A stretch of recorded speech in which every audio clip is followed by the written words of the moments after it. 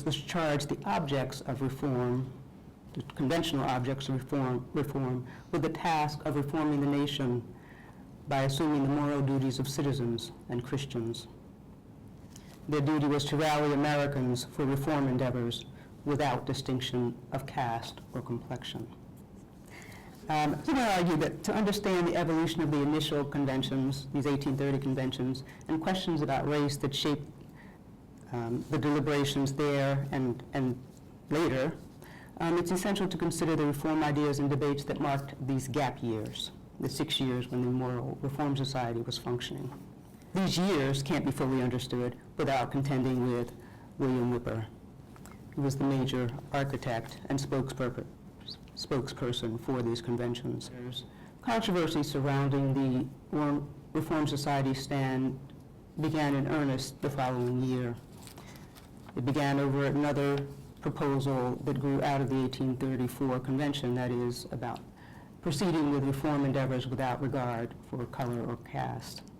Unnamed participants objected to the reference to free people of color. And a debate ensued among Whipper, Frederick Hinton, Robert Purvis, and others. After 2 days of debate, they failed to settle the matter, so James Fortune Sr. exercised his presidential prerogative and ordered the delegates to abandon the reference to people of color. One of the major critics, as usual, was Samuel Cornish. He and other critics of the Reform Society focused on this question of how to name the objects of reform. He argued, when he founded the Colored American and in his arguments with Whipper and others, that it was important to draw this cord of caste, that's his term, because these racial terms designated the peculiar and special needs and circumstances of the colored people. And so they were critical in naming what they needed, how they needed it, and how reform needed to be carried out. But this focus on names, sort of the larger debate that goes on, obscures the conceptual basis for the Reform Society's concerns about color designations.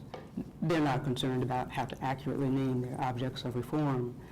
Their concerns stem from the same kinds of convictions about the unity of the human species that shaped the society's critique of churches.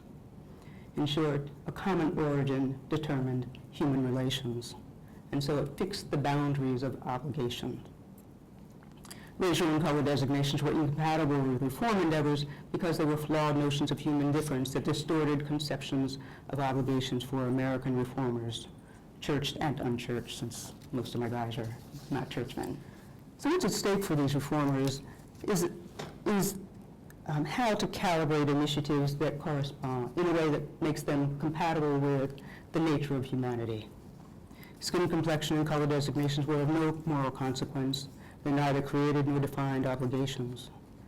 The only valid categories for understanding human difference were virtues and vices.